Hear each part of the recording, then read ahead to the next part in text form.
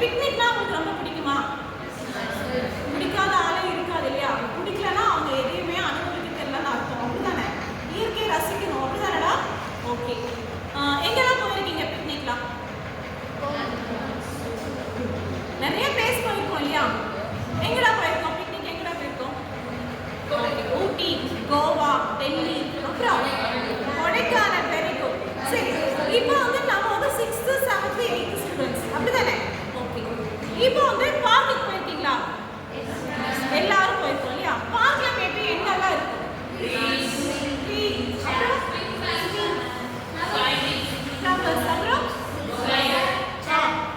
அப்புறம் சீசா. பார்க்லயே வேற ஏதாவது டிஃபரெண்ட் டைப்பான பார்க்லாம் இருக்கா? Amusement park. அப்புறம் animal park. Very good. Clap பண்ணுங்க. ஓகேவா?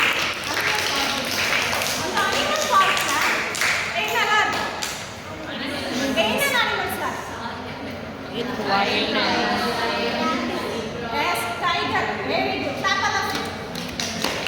இப்போ டைகர் இருக்கா இல்லையா? சரி, இந்த டைகரை வந்து நம்மளோட ஹிஸ்ட்ரி லெசனில் போகிறோம். அதில் வந்து அவங்க என்ன ஒரு கிங் வந்து இது வந்து யூஸ் பண்ணி ஃப்ளாக்ல வச்சிருந்தாரு. அது எந்த கிங்?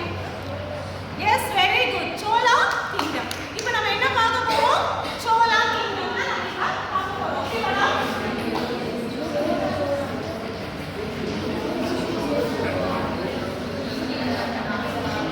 இந்த கிங்டம் தான் பார்க்க போறோம். ஓகேவா? Okay tears. Thank you.